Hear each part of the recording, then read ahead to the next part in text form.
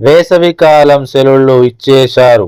ఇంకేముంది, పిల్ల పాపలతో కలిసి హ్యాపీగా ఏ టూర్కో ఈ పాటికే బోలెడు ప్లాన్లు వేసుకొని ఉంటారు.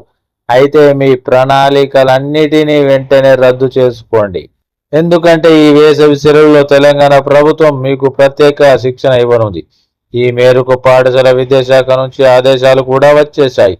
రాష్ట్రంలోని ఉపాధ్యాయులందరికీ మే నెలలో ప్రత్యేక శిక్షణను ఇవ్వనున్నట్లు సమాచారం.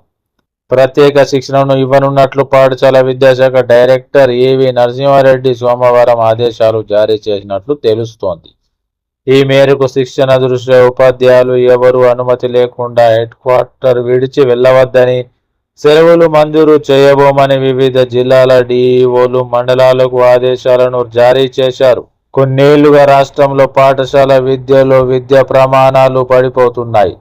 న్యూస్ అసర్ సర్వేల్లో పీజీఐ ఇండెక్స్ సహా ఏది తీసుకున్నా ప్రాథమిక ఉన్నత అన్న తేడా లేకుండా విద్యార్థులు వెనుకంజలో ఉన్నారు. కొందరు విద్యార్థులు కనీసం చదవలేని రాయలేని స్థితిలో ఉన్నారు. ఈ పరిస్థితి నుంచి బయటపడాలంటే ముందు ఉపాధ్యాయులకు తీర్చిదిద్దాల్సిన ఉందని అధికారులు భావిస్తున్నారు. బోధనను మెరుగుపరచాల్సి ఉంది. ఇప్పటికే వివిధ రాష్ట్రాలు ఇదే బాటలో పనిచేస్తున్నాయి. ఢిల్లీలో సరికొత్త బోధన మెలకువలను అనుసరిస్తున్నారు. కేరళలో డీజిల్ విద్యుత్పై టీచర్లకు శిక్షణనిచ్చారు. మహారాష్ట్రలో పాఠశాల స్థాయిలో ప్రమాణాలను అంచనాలు వేస్తున్నారు. ఇదే రీతిలో రాష్ట్రంలోని ప్రభుత్వ టీచర్లకు కూడా వివిధ సబ్జెక్టులో బోధన నైపుణ్యాలను మెరుగుపరిచేందుకు శిక్షణ శిబిరాలు నిర్వహించనున్నారు. ప్రభుత్వ ఉపాధ్యాయులకు శిక్షణను ఇచ్చేందుకు తొలుత అన్ని రిసోర్సర్సన్లను ఎంపిక చేస్తారు.